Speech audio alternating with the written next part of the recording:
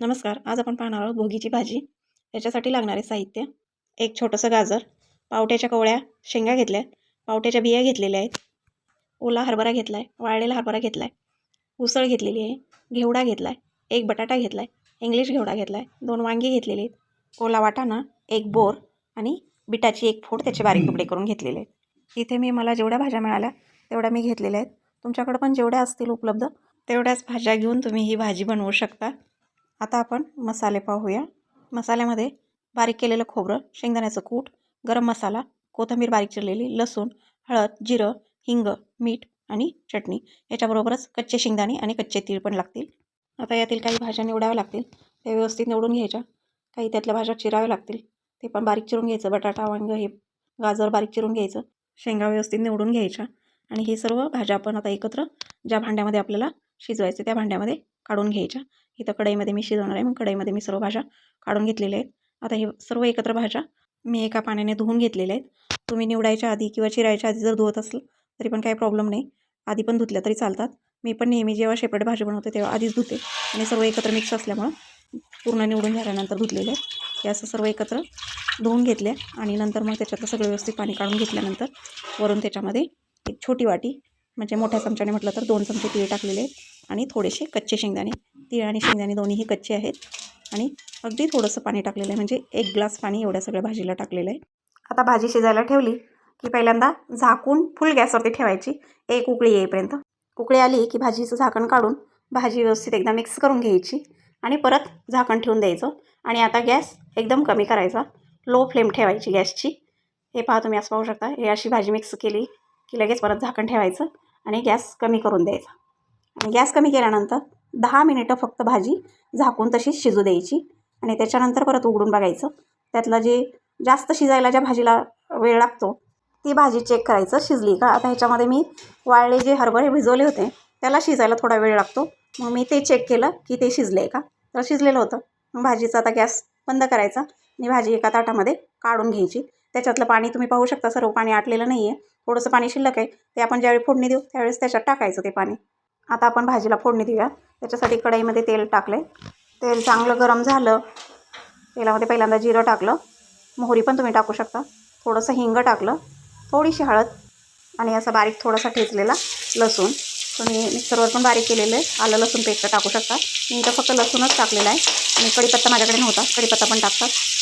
लसूण चांगला तेलात परतला गेला, असा तांबूस कलर व्हायला लागला त्याचा की मग बारीक केलेलं खोबरं टाकलं. मिक्सरवरती बारीक करून घेतलेलं होतं, फक्त खोबरंच आहे ते, त्याच्यामध्ये लसूण नाही मिक्स केलेला, वेगळं केलं होतं. आणि आता खोबरं टाकलं की लगेचच त्याच्यानंतर चटणी टाकायची आणि व्यवस्थित मिक्स करून झालं की चवीनुसार मीठ टाकायचं. फोडणीमध्येच मीठ टाकायचं आता, म्हणजे भाजीला चव छान येते. ते जास्त परतायचं नाही. हे चटणी टाकल्यानंतर लगेच आपली ती भाजी ती ओतायची त्याच्यामध्ये आणि परतून घ्यायची. ही भाजी शिजवताना जे पाणी उरलं होतं त्याच्यामध्ये त्याच्यात ती फोडणीमध्ये ओतायचं आणि व्यवस्थित मिक्स करून नंतर त्याच्यामध्ये थोडंसं शेंगदाण्याचं कूट टाकले. मी आता 2 चमचे शेंगदाण्याचं कूट टाकलेलं बारीक केलेलं. आता परत व्यवस्थित मिक्स करून घ्यायचं ते कूट टाकलेलं आणि त्याच्यानंतर मी थोडासा गरम मसाला पण टाकलेला आहे. 1 ते 1.5 चमचा गरम मसाला याच्यामध्ये मी वरून टाकलेला आहे. आधी नव्हता टाकला तेलामध्ये, आता वरून टाकलेला आहे, कारण तो मसाला बनवताना आपण थोडंसं भाजून घेतो ना, म्हणून हे नंतर मी वरून मसाला घालते नेहमी भाजीमध्ये. आता हे मसाला व्यवस्थित मिक्स करून घ्यायचा आणि थोडेसे कच्चे तीळ पण टाकलेले आहेत वरून. ते भाजून घेतलेले नाही आहेत, कच्चेच आहेत. 1 चमचा वरून टाकलेले आहे. हे सर्व व्यवस्थित मिक्स करून घ्यायचं आणि आता अगदी थोडंसं, म्हणजे अर्धी वाटी पाणी परत आपण वरून ओतायचं आहे. आधी भाजी चांगली शिजलेलीच असते, पण आपण एवढे सगळे परत मिक्स करण्यामध्ये पहिलं जे उरलेलं पाणी होतं ते पूर्ण आटून गेलं. भाजीला थोडासा ओलसरपणा राहावा आणि ते थोडीशी तरी चांगली यावी म्हणून थोडंसं पाणी ओतायचं आणि मिक्स करून अगदी कमी गॅसवरती असं उघडंच राहू द्यायची, म्हणजे भाजी झाकायची नाही, तसेच त्याला उकळी येऊ द्यायची. आणि वरून आता मी कोथिंबीर घातलेली आहे आणि आता अशीच भाजी न हलवता कमी गॅसवरती, एकदम कमी गॅसवरती ती पाणी थोडंसं येणार आपण घातलेलं ते थोडंसं आटू द्यायचं आणि मग त्याला एकदम छान तरी येते. अशा प्रकारे तुम्ही पाहू शकता आपली भाजी तयार झालेली आहे. तुम्ही पण माझ्याप्रमाणे एकदा नक्की ट्राय करा. आता भोगीची भाजी बनवली म्हटल्यानंतर याच्याबरोबर तिळाची भाकरी तर बनवायलाच पाहिजे ना. आता आपण भाकरी बनवूया. भाकरीसाठी पीठ चांगलं मळून घ्यायचं.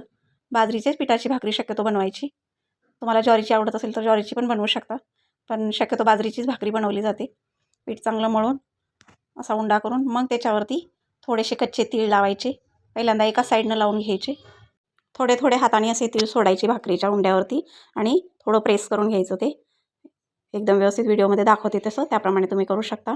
आणि आता हातावरती उंडा घ्यायचा आणि खाली पीठ टाकल्यानंतर भाकरी थापण्यासाठी त्या पिठाच्या साईडला लावलेल्या तिळाची बाजू टाकायची आणि भाकरी व्यवस्थित थापून घ्यायची. थोडीशी भाकरी थापून झाली की मग आता वरच्या साईडनं तीळ टाकायचे आणि परत आपण भाकरी पूर्ण थापून घ्यायची. अशा प्रकारे पूर्ण भाकरी मोठी झाल्यानंतर कडेलच्या साईडनं जर तीळ नसले तर परत थोडेसे तीळ टाकून मग परत ते थोडीशी थापून घ्यायची भाकरी. तीळ भाकरीवरती सर्व साईडला व्यवस्थित लागलेले पाहिजेत. आता तर इथं भाकरी तयार झालेली आहे. मी इथं तव्यावरती टाकल्यानंतर लगेचच पाणी लावून घेतलं आणि आता पलटी मारून घ्यायची. आता मीडियम गॅसवरती 2-3 मिनटं भाकरी भाजू द्यायची व्यवस्थित. भाकरी भाजल्यानंतर व्यवस्थित पाहायचं खालच्या साईडनं की सर्व साईडनं व्यवस्थित भाजलेली का. भाजल्यानंतर मग तव्यावरतीच परत पलटी मारून टाकायची आणि असं थोडं थोडं प्रेस करायचं म्हणजे मग ती भाकरी व्यवस्थित फुगते. आता इथं माझी भाकरी तयार झालेली आहे. अशा प्रकारे भोगीची भाजी आणि तिळाची भाकरी मी बनवलेली आहे. रेसिपी आवडली तर like share subscribe please. Thank you.